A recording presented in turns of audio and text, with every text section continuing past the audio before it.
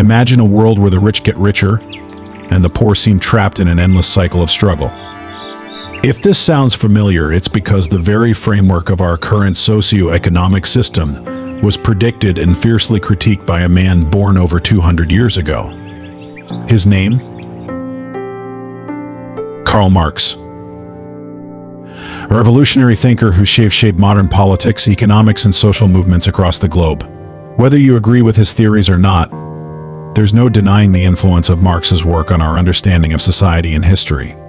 Today we take a deep dive into the life of Karl Marx, a figure both revered and reviled, whose ideas still spark debates and inspire movements in the 21st century. From his early life in a small German town to his role in shaping one of the most significant political ideologies of all time, this is the story of Karl Marx. Karl Heinrich Marx was born on May 5, 1818, in the quaint town of Trier, located in what was then the Kingdom of Prussia, now part of modern-day Germany. His early life was marked by significant changes, both at home and within the broader society of the time. Marx was the third of 9 children in a middle-class family. His father, Heinrich Marx, was a successful lawyer with a strong affinity for Enlightenment ideals, while his mother, Henriette Pressburg, came from a wealthy Jewish family. The Marx family originally followed Judaism, but due to growing political and social pressures, particularly anti-Semitic laws that restricted the professional opportunities for Jews, Heinrich converted to Christianity when Karl was just a child. This decision wasn't rooted in religious conviction, but was a strategic move to secure his law practice in a predominantly Christian society. Karl Marx would later critique this kind of societal pressure in his writings, viewing it as an example of how economic and social forces shape individual decisions. As a young boy, Marx exhibited a keen interest in learning and showed signs of intellectual curiosity early on. He was sent to a local high school in Trier, where he excelled in literature and history. However, he was also known for his rebellious nature. It's said that he once wrote an essay comparing his favorite classical heroes to the political figures of his time, a bold move that hinted at his later disdain for authoritarian rule. At the age of 17, Marx enrolled at the University of Bonn to study law, following in his father's footsteps. But life at university wasn't quite what he expected. Instead of focusing on his studies, he became involved in student life, joining a drinking society and even participating in a duel. It was a brief but tumultuous time that was soon cut short. His father, disapproving of his lack of academic progress, decided to send him to the more rigorous University of Berlin. It was in Berlin that Marx's true intellectual journey began. He abandoned the study of law and immersed himself in philosophy, drawn to the ideas of the influential German philosopher Georg Wilhelm Friedrich Hegel. The young Marx was particularly captivated by Hegel's concept of dialectics, the idea that progress in history arises from the conflict between opposing forces. This notion of contradiction and change would become a central theme in Marx's later work. While at the University of Berlin, Marx became part of a group known as the Young Hegelians. They were a radical intellectual circle that used Hegel's dialectical method to critique religion and politics. These early discussions and debates were formative for Marx, sharpening his analytical skills and shaping his revolutionary ideas. It was during this time that Marx began to question not just the political system of Prussia, but the entire structure of society. He completed his doctoral thesis, The Difference Between the Democracy and a Philosophy of Nature, in 1841. Though this work was primarily philosophical, it showcased his emerging interest in materialism, the idea that material conditions, rather than ideas or ideals, are the foundation of society. Marx's academic career, however, did not take off as he might have hoped. His radical views made it impossible for him to secure a teaching position, pushing him towards a new path: journalism and political activism. By the early 1840s, the social and economic landscape of Europe was rapidly changing. The Industrial Revolution was in full swing, bringing profound transformations but also deepening social inequalities. Factories dominated the skyline, and workers labored long hours in harsh conditions for meager wages. It was against this backdrop of growing discontent and class struggle that Karl Marx began his journey as a political activist and writer. In 1842, Marx took on a role that would shape his future path. He became the editor of Rheinische Zeitung, a radical newspaper based in Cologne. The publication, backed by liberal industrialists, quickly gained a reputation for its sharp critiques of the Prussian government and its authoritarian policies. Marx, in his early 20s, wasted no time making his mark. He penned articles condemning censorship, criticizing the harsh conditions faced by the working class, and exposing the corrupt practices of the political elite. His editorials were fiery, bold, and unapologetically critical of the status quo. However, Marx's outspokenness came at a price. Within a year, the Prussian authorities, alarmed by the radical tone of Rheinische Zeitung, shut down the newspaper. Marx, now jobless but undeterred, decided to move to Paris in 1840 with his wife Jenny von Westphalen. The couple had married earlier that year, despite their vastly different social backgrounds. Jenny came from an aristocratic family and was seen as an unlikely partner for a young, rebellious thinker like Marx. Yet she became his most loyal supporter, standing by him through financial struggles, exile, and political turmoil. Paris in the 1840s was a hub of revolutionary thought and political activism. It was here that Marx truly immersed himself in the world of radical ideas. He frequented the city's bustling cafes, meeting with socialist thinkers, political exiles, and revolutionaries from across Europe. One of the most significant encounters during this time was his meeting with Friedrich Engels in 1844. Engels, the son of a wealthy industrialist, had already published writings on the conditions of the working class in England. Despite their contrasting backgrounds, Marx and Engels quickly developed a deep intellectual bond. They shared a vision of a world transformed by the working class, free from the shackles of capitalist exploitation. It was in Paris that Marx penned some of his earliest and most influential works, laying the foundation for what would later become known as Marxist theory. One of his notable early writings was the Economic and Philosophical Manuscripts of 1844, a collection of essays that were not published until the 20th century. In these manuscripts, Marx explored the concept of alienation, arguing that under capitalism, workers become estranged from their labor, the products they create, and even their own humanity. He believed that the commodification of labor turned people into mere cogs in the machinery of production, stripping them of their sense of purpose and fulfillment. Another important work from this period was The Holy Family, co-written with Engels. In this text, Marx and Engels criticized the young Hegelians, a group of radical philosophers, for their focus on abstract ideas rather than material conditions. Marx was beginning to refine his theory of historical materialism, the idea that the driving force of history is not the realm of ideas but the material conditions of life, especially the economic structures of society. Despite his growing intellectual output, Marx's time in Paris was cut short. His radical views and increasing involvement in socialist movements drew the attention of the French authorities. Under pressure from the Prussian government, Marx was expelled from France in early 1845. He moved to Brussels, where he would continue to develop his theories and lay the groundwork for his most famous political document. Brussels became the new base for Marx and Engels as they continued their collaboration. It was here that they joined the Communist League, a small international organization of socialist revolutionaries. The League tasked Marx and Engels with drafting a manifesto outlining the group's principles and aims. This led to the creation of the Communist Manifesto, published in February 1848. The manifesto's opening line, "The specter is haunting Europe, the specter of communism," captured the growing fears among the ruling classes of a working class uprising. In this manifesto, Marx and Engels presented their revolutionary ideas to the world. They argued that all of human history is defined by class struggles, the ongoing conflict between the oppressor and the oppressed. They called for the workers of the world to unite, to overthrow the capitalist system, and to establish a classless, stateless society. The manifesto was both a call to action and a profound critique of capitalism, laying the theoretical foundation for what would become the global socialist movement. By the late 1840s, Karl Marx had already laid the groundwork for his revolutionary ideas. However, it was during his time in Brussels and later in London that he would develop his most influential theories, shaping what would become known as Marxism. Marx's worldview was rooted in the concept of historical materialism, a theory that argues the economic base of society, the way people produce and exchange goods, fundamentally shapes the political and ideological superstructure. According to Marx, changes in the economic structure drive historical change, making class struggle the engine of human history. But to truly understand Marx's theory, we must explore his critique of capitalism. In his analysis, Marx saw capitalism as an exploitative system that pits the working class or proletariat against the owning class, the bourgeoisie. The bourgeoisie control the means of production, factories, land, and capital, while the proletariat are forced to sell their labor power to survive. This, Marx argued, created an inherent conflict between the two classes, with the bourgeoisie accumulating wealth and power at the expense of the workers.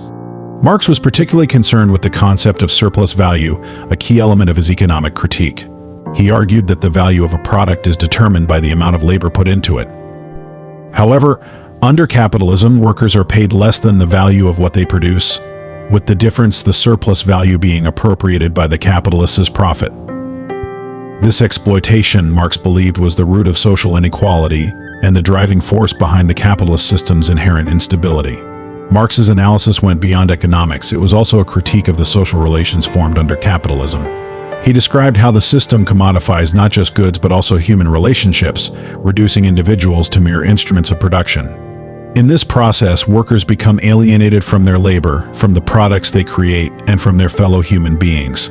This alienation, according to Marx, was a fundamental flaw of the capitalist system, leading to widespread dissatisfaction and eventual revolt by the working class.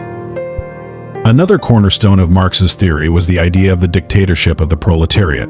This concept was not about establishing a repressive regime, but rather a transitional state where the working class would take control of the political power and the means of production. Marx believed that this would pave the way for the eventual dissolution of the state itself, leading to a classless and stateless society, communism. In this envisioned future, the exploitation of man by man would cease, and the principle "from each according to his ability, to each according to his needs" would govern economic relations. Marx's deep dive into these concepts culminated in his magnum opus, Das Kapital, a comprehensive critique of political economy.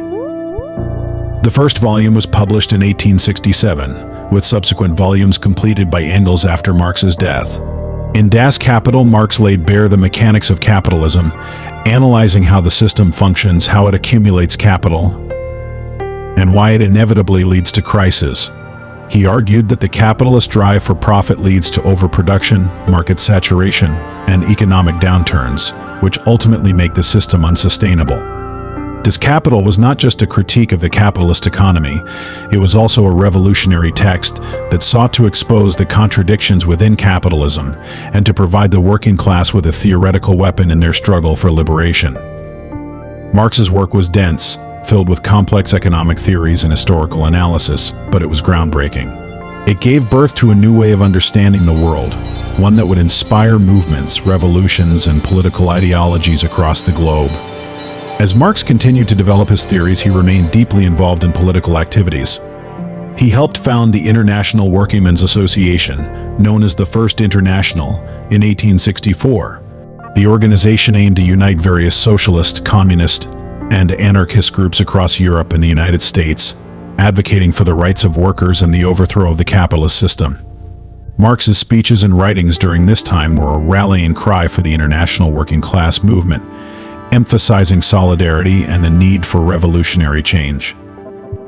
Despite his significant contributions to socialist thought, Marx faced criticism and opposition, not just from the ruling classes but also from within the leftist movements. His disagreements with other socialist leaders, such as Mikhail Bakunin, a prominent anarchist, highlighted the ideological rifts within the movement. Marx's insistence on a scientific approach to socialism, grounded in historical materialism, often put him at odds with those who favored more spontaneous, anti-authoritarian forms of revolution. Nevertheless, by the end of his life, Marx had established himself as the foremost critic of capitalism and a central figure in the growing socialist movement. His ideas would go on to influence political leaders, revolutionaries, and thinkers throughout the 20th century, shaping the course of history in ways he could never have imagined. By the 1870s, Karl Marx was living in London, where he would spend the last 3 decades of his life. Despite his monumental influence on socialist thought and political activism, his personal life was marked by hardship and tragedy. He struggled with chronic illnesses, financial instability, and the loss of several of his children. The family lived in relative poverty for much of this time, relying on financial support from Friedrich Engels, who used his inheritance and earnings from his family's textile business to help Marx. Engel's unwavering support allowed Marx to continue his work, even in the face of dire economic conditions.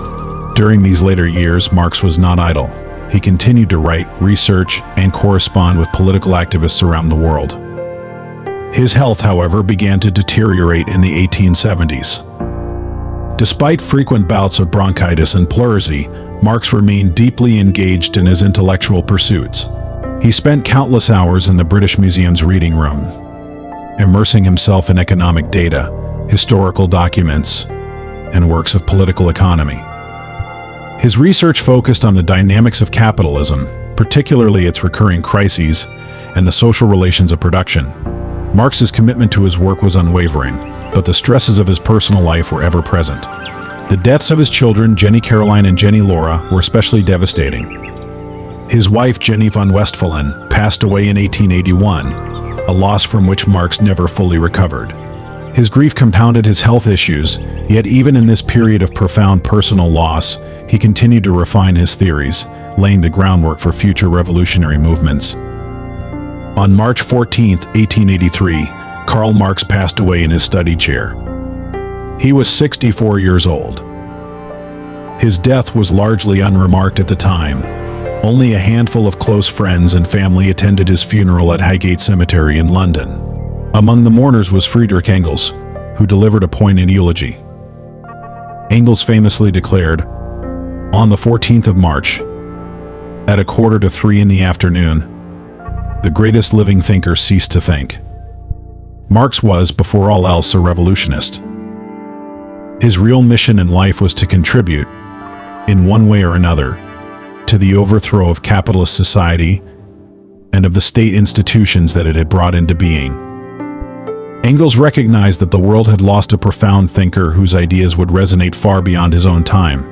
Indeed, the legacy of Karl Marx was only beginning to unfold.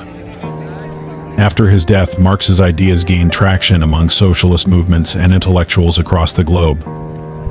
His critique of capitalism, detailed in Das Kapital, provided a new lens through which to analyze the economic and social systems of the 19th and 20th centuries.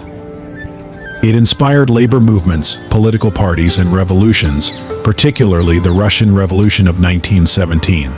Vladimir Lenin and the Bolsheviks drew heavily from Marx's writings, adapting his theories to the Russian context and laying the foundations for the Soviet Union. Throughout the 20th century, Marxism became the guiding ideology for numerous socialist and communist movements worldwide. In China, Mao Zedong adapted Marxist theory to fit the agrarian landscape of his country, leading to the establishment of the People's Republic of China in 1949. In Latin America, revolutionary figures like Che Guevara and Fidel Castro invoked Marx's principles in their struggles against imperialism and capitalist exploitation. However, the implementation of Marxist ideas was far from uniform. The interpretations and adaptations varied widely, leading to different forms of government, economic policies, and revolutionary tactics. While Marx's vision of a proletarian revolution did not unfold as he predicted in Western Europe, his analysis of capitalism's contradictions proved prescient in many ways. The cycles of boom and bust, the concentration of wealth, and the exploitation of labor remain central issues in modern economic discourse. His ideas continue to be studied, debated, and applied by scholars, activists, and policymakers around the world. In recent decades, interest in Marx's work has seen a resurgence, particularly during times of economic crisis. The 2008 financial collapse, for instance, led many to revisit Das Kapital as they sought to understand the systemic issues underlying the global economy. Social inequality, labor rights, and the critique of neoliberal capitalism have brought Marxist analysis back into mainstream discussions, proving the enduring relevance of his ideas. Despite the various interpretations and controversies surrounding his theories, there is no denying Karl Marx's profound impact on history. He challenged the prevailing economic and political systems of his time, offering a radical alternative that continues to inspire debates and movements today. Marx envisioned a world where human beings could achieve true freedom and equality, liberated from the exploitative structures of capitalism. Whether one agrees with his conclusions or not, Marx's work remains a pivotal point of reference for anyone seeking to understand the dynamics of power, wealth, and inequality in society. More than a century after his death, Karl Marx's ideas continue to influence political thought and activism. From the Occupy Wall Street movement to debates on income inequality, the shadow of Marx's critique looms large. His analysis of capitalism's flaws and his vision of a classless society still resonate with those who seek a more just and equitable world. In the end, Karl Marx was more than just a philosopher or economist. He was a revolutionary thinker who dared to imagine a different kind of world. His life's work was a relentless critique of the existing order and a call to action for the oppressed. And while the world he envisioned has yet to be realized, his ideas remain a powerful tool for those striving to understand and change the world around them. This concludes our in-depth exploration of Karl Marx's life, his theories, and his enduring legacy. If you found this biography fascinating, stay tuned for more deep dives into the lives of influential historical figures, only on the Bio Network.